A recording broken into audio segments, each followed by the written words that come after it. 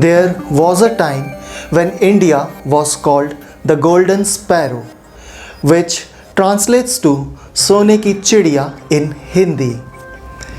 Many of us have read this phrase in our history lessons at school, and I'm sure that many of us have used this phrase whenever we wrote essay about India.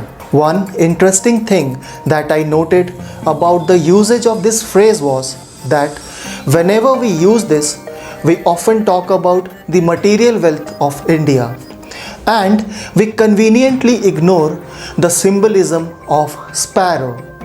In today's video, I am going to talk about why this sparrow is so important for our identity as Indians. Hello everyone, my name is Vikas and I am a TESOL certified English language trainer and co-founder of Achilles Center of English. So, without further ado, let's begin. I believe that the sparrow symbolizes the social, intellectual and moral atmosphere of our country. It is a symbol of peace, symbol of freedom of thought and freedom to pursue true knowledge. As we get ready to celebrate the 74th year of India's independence on 15th August 2020, we should all take a moment to stop and think, how can we reintroduce these symbols, these thoughts back into our culture? Every Indian feels proud whenever there is a mention of Nalanda or Takshashila University, where not only students but scholars from various cultures from different countries gathered in pursuit of true knowledge.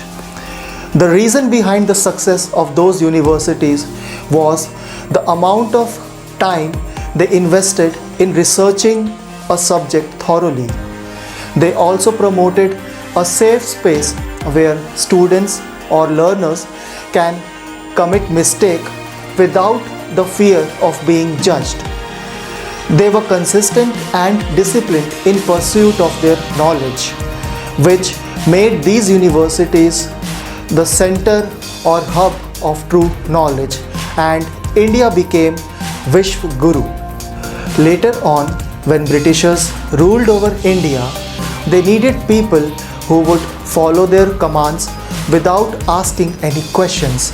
Therefore, they introduced an education system which promoted rote learning. This system killed the creativity and critical thinking from the existing education system.